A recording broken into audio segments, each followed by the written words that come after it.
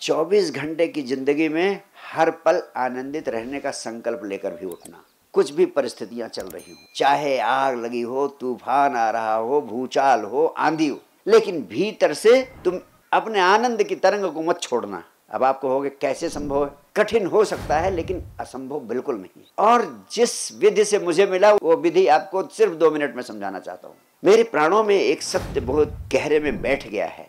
ये वही सत्य है जो बुद्ध, कृष्ण, क्राइस्ट, मोहम्मद, पतंजलि सबके प्राणों में परम ज्ञान मिलने के बाद पैदा हुआ। वो सत्य क्या? वो सत्य सिर्फ इतना है कि वास्तव में आपकी जिंदगी में जो कुछ भी हो रहा है ये सब सिर्फ सपना है। जो आप मकान बनाते हो, बड़ी बड़ी दुकान खड़ी करते हो, बड़े बड़े धंधे खड़े करते हो, बड़े बड़े पदों के लिए लड़ते हो, मरते हो, जरते हो, जाने क्या क्या करते हो, जो कुछ भी कर रहे हो जीवन में, जिसे तुम समझते हो जीवन और मौत का प्रश्न है, प्रतिष्ठा का प्रश्न है, ये सब कुछ पानी पर खींची गई लकीरें हैं। पानी पर लकीर खींचा नहीं, खत्म, सब एक क्षण में शून्य हो जाता है। मुंह दो हुआ कि कहता हूं कछु नहीं, आंख बंद हुई नहीं, सब खेल खत्म। एक दिन तो आंख बंद हो जानी ही है। आप समझदार आदमी जीते जी सोच लेता है कि जैसे मेरी आंख बंद हो चुकी है, जैसे मैं हूं ही नहीं। अभी आप घर में जाते हो, दिन भर लड़ते रहते हो, कभी पत्नी से, कभी बच्चों से, कभी इससे, कभी उससे, ऐसा क्यों कर दिया, वैसा क्यों कर दिया, इसको ऐसा करना चाहिए था, उसको वैसा करना चाहिए था, कोई आपकी मानता है नहीं, दुनिया भर का उपद्रव आप घर में झेलते हो। आप थोड़ी देर को समझो कि एक दिन तो ऐसा होगा ही जब आप नहीं होगे और आपके घर में सब कुछ चलता रहेगा। दूध वाला आएगा, सवेरे दूध लेके दरवाज़ा खटखटाएगा, अखबार वाला अखबार डाल जाएगा, बच्चे घर के स्कूल जाएंगे, काम करने वाले दफ्तर फैक्ट्री जाएंगे, लेकिन आप नहीं होगे। आप कहीं हस्तक्षेप कर पाओगे? तब नहीं कर पाओगे ना। तब क्या करोगे? ऊपर से देखते रहोगे कि आपकी मर्जी के खिलाफ हो रहा है सब कुछ नहीं। आप अभी समझ लो कि घर में रहते हुए, जिंदा रहते हुए समझ लो कि नहीं हो।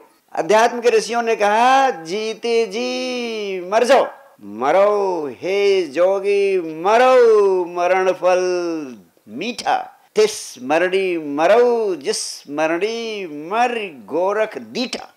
भगवान गोरखनाथ ने अपनी पूरी जिंदगी परमात्मा को, परम आनंद को पाने के लिए तरह तरह की विधियां पैदा करने में लगा दी। बाबा गोरखनाथ दिनों रात, सुबह शाम 24 घंटा ये विधि वो विधि, हजारों विधियां, शरीर को प्रयोगशाला बना दिया उन्होंने। इसीलिए तो कहते हैं क्या गोरख धंधा चल रहा है। यानी बाबा गोरखनाथ तरह तरह के उपाय खोजते रहे जिंदगी भर। उन्होंने जो सार दिया, उन्होंने क्या दिया? मरऊ हे जोगी मरऊ, मरण फल मीठा, तिस मरणी मरऊ, जिस मरणी मर गोरख दीठा। यानी तुम ऐसे जियो जैसे हो ही नहीं, और फिर तुम्हें इतना मजा आएगा जिंदगी में कि लगेगा, धीरे धीरे ऐसा स्वाद पकड़ेगा कि परम आनंद तुम्हें उपलब्ध हो जाएगा। और तुम ऐसे जीना शुरू करो जैसे तुम हो ही नहीं।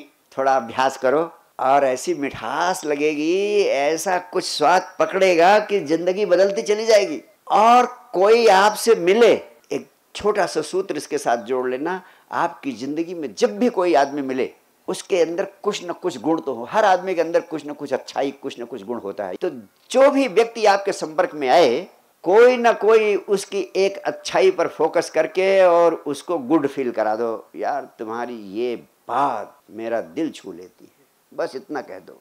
एक नियम बना लो, जो भी व्यक्ति आपके संपर्क में है, छोटा से छोटा, चपरासी से लेकर के कलेक्टर, कमिश्नर, गवर्नर, मुख्यमंत्री, जो भी मिले आपके संपर्क में, उसकी कोई ना कोई अच्छाई पे फोकस करके उसको गुड फील करा दो। बिना गुड फील कराए किसी को जाने मत दो। तो ये दूसरा विस्फोटक सूत्र बता रहा हूं। अगर ऐसा आप करने में सफल हो गए तो बिना किसी साधना के खेल खेल में परमात्मा आपको मिल जाएगा, मिल जाएगा, मिल जाएगा। मैं खाली 2 सूत्र बताया। Live as if you are not living, ऐसे जियो जैसे तुम जी नहीं रहे हो, जैसे तुम जिंदा नहीं।